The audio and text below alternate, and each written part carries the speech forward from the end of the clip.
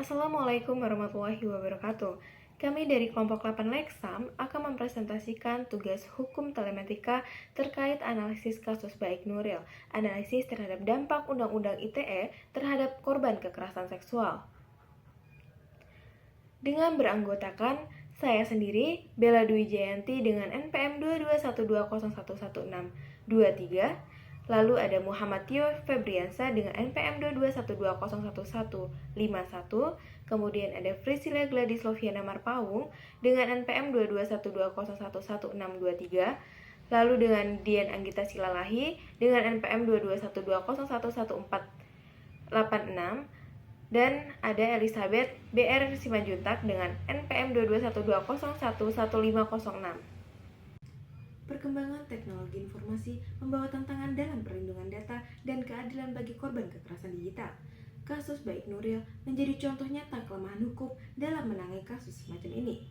Baik Nuril, seorang guru honorer di Seman 7 Mataram, mengalami pelecehan verbal dari kepala sekolahnya. Untuk melindungi diri, ia merekam percakapan tersebut. Namun, rekaman itu tersebar tanpa izinnya. Ironisnya, Baik Nuril justru dijerat pasal 27 ayat 1 Undang-Undang ITE atas tuduhan penyebaran konten asusila. Meskipun bukan dia yang menyebarkan, putusan ini menuai kontroversi karena menunjukkan ketimpangan hukum dalam perlindungan data korban kekerasan digital. Hingga akhirnya, Presiden Joko Widodo memberikan amnesti pada 2019, membebaskannya dari hukuman. Selanjutnya ada beberapa permasalahan utama dalam kasus ini. Yang pertama, apakah Baik Nuril benar-benar menyebarkan rekaman tersebut? Yang kedua, bagaimana penerapan UU ITE dalam kasus ini? Yang ketiga, bagaimana dampak sosial dan hukum dari putusan ini?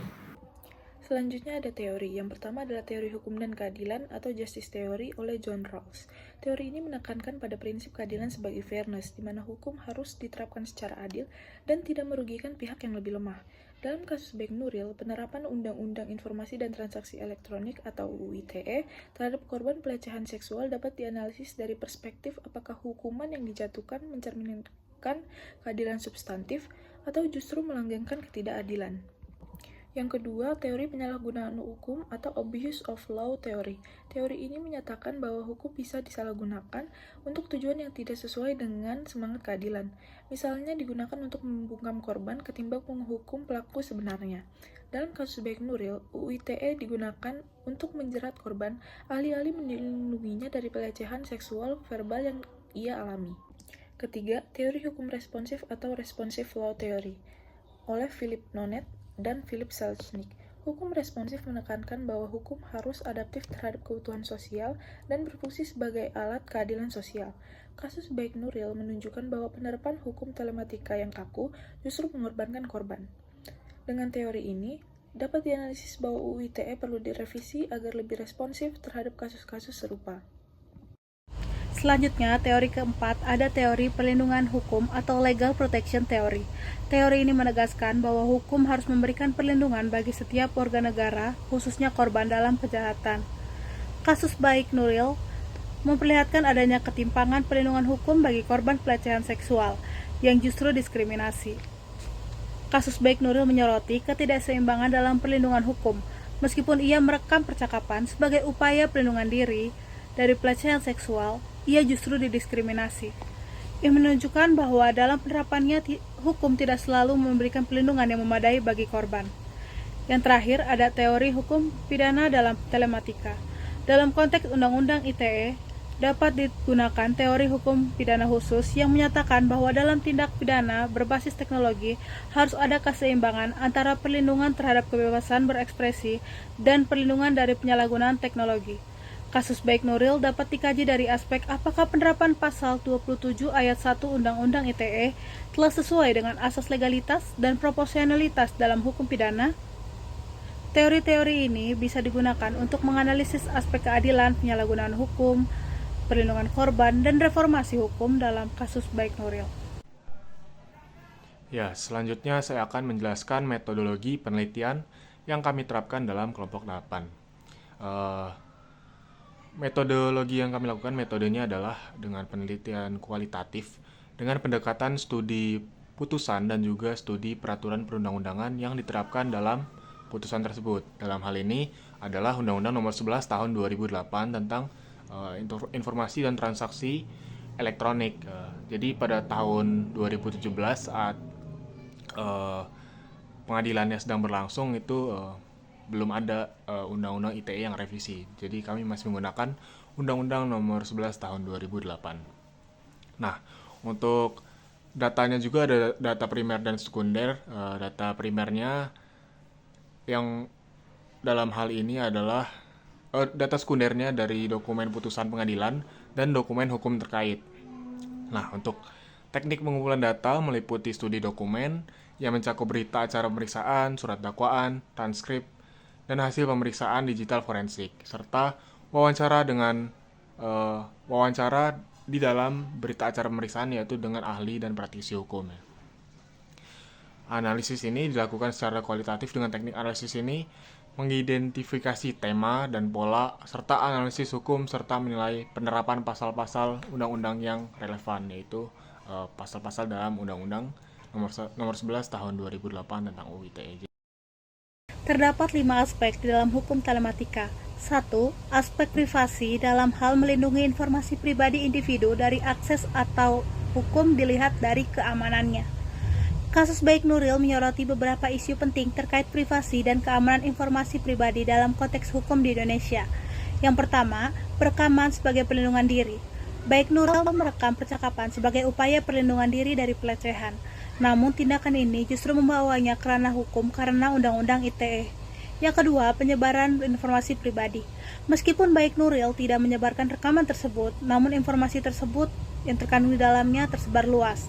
Hal ini menunjukkan kerentanan informasi pribadi dalam era digital. Yang ketiga, kriminalisasi korban. Kasus ini menimbulkan pertanyaan tentang bagaimana hukum, khususnya Undang-Undang ITE, dapat digunakan untuk mengkriminalisasi korban pelecehan seksual yang berusaha mencari keadilan. Yang keempat, evaluasi Undang-Undang ITE. Kasus Baik Nuril mendorong evaluasi terhadap Undang-Undang ITE, terutama terkait pasal-pasal yang berpotensi menimbulkan ketidakadilan dan mengancam kebebasan berekspresi. Kasus Baik Nuril Maknun adalah contoh nyata bagaimana aspek privasi dan keamanan informasi pribadi dapat berbenturan dengan hukum. Penting bagi kita untuk terus mengevaluasi dan memperbaiki sistem hukum agar dapat memberikan perlindungan yang adil bagi semua warga negara, terutama korban pelecehan seksual di Indonesia. Selanjutnya kita akan membahas mengenai aspek perlindungan data dari serangan tidak sah. Yang pertama mengenai penyebaran data tanpa izin. Dalam kasus ini, rekaman yang dibuat oleh Baik Nuril seharusnya masuk dalam kategori data pribadi karena berisi informasi komunikasi pribadi yang dikumpulkan untuk kepentingan pribadi. Dalam prinsip perlindungan data pribadi, hanya pemilik data lah yang boleh mengontrol bagaimana data tersebut digunakan. Tetapi dalam kasus ini, Baik Nuril tidak memiliki kontrol atas rekaman yang kemudian tersebar. Hukum pada saat itu tidak memberikan perlindungan bagi korban yang mengumpulkan bukti digital, sehingga Baik Nuril justru dikriminalisasi alih-alih dilindungi. Lalu selanjutnya mengenai akses data tanpa hak. Dalam kasus ini, Baik Nuril tidak menyebarkan rekaman tersebut, tetapi pihak lainlah yang mengakses dan menyebarkannya. Penyebaran data pribadi tanpa izin dapat dikategorikan sebagai serangan terhadap data pribadi dan akses ilegal terhadap informasi pribadi. Baik, selanjutnya saya akan menjelaskan aspek kepemilikan hak cipta dan konten digital dalam putusan ini. Jadi, dalam dakwaan penuntut umum itu didakwa dengan pasal 27 ayat 1 dan pasal di Jumto pasal 45 ayat 1 yang melarang distribusi informasi elektronik yang melanggar kesusilaan. Nah, objek perkaranya di dalam hal ini adalah rekaman pembicaraan antara saksi korban dan terdakwa yang direkam tanpa sepengetahuan saksi korban dan berisi muatan yang dianggap melanggar kesusilaan yang kemudian didistribusikan oleh terdakwa. Jadi, dalam hal hak cipta di dalam video tersebut adalah itu kan videonya adalah video korban tanpa seizin korban dan juga lalu oleh si pelaku ini oleh si Baik Nuril didistribusikan, diupload gitu oleh dia di sosial media. Jadi dalam segi hak ciptanya ini adalah hak cipta milik dari milik korban, namun oleh Baik Nuril diupload walaupun dengan niat untuk melindungi diri gitu, untuk melindungi diri dari ancaman dari korban itu sendiri. Nah, dalam hak cipta terdakwa tidak memiliki hak untuk mendistribusikan rekaman tersebut karena dilakukan tanpa izin dari saksi korban. Jadi terdakwa didakwa atas pelanggaran hak cipta dan ketentuan konten digital. Namun, majelis hakim menyimpulkan bahwa tindakan terdakwa tidak memenuhi unsur mendistribusikan dan atau mentransmisikan sesuai undang-undang sehingga dakwaan tidak dapat diterapkan. Nah, keputusan hakim menyatakan bahwa terdakwa tidak terbukti melakukan tindak pidana yang didakwakan sehingga hak-haknya dipulihkan dan barang bukti dikembalikan. Jadi begitu untuk segi aspek kepemilikannya gitu. Jadi untuk dalam video tersebut adalah video dari si korban namun didistribusikan oleh terdakwa tanpa sepengetahuan korban. Jadi pokoknya itulah. Selanjutnya adalah aspek penggunaan telematika dan telepon seluler.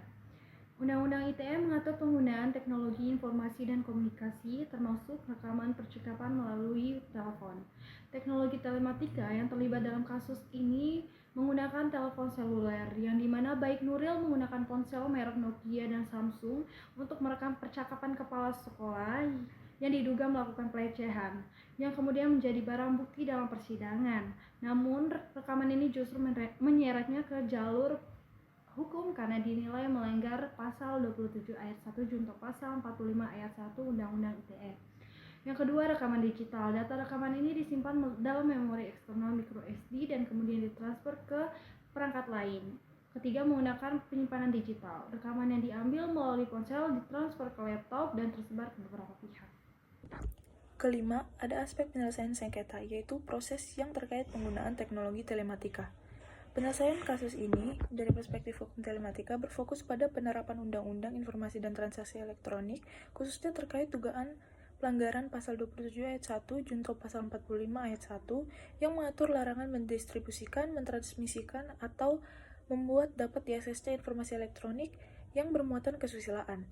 Dalam penyelesaiannya, hakim mempertimbangkan apakah unsur-unsur dalam pasal tersebut terbukti melalui alat bukti elektronik yang diajukan.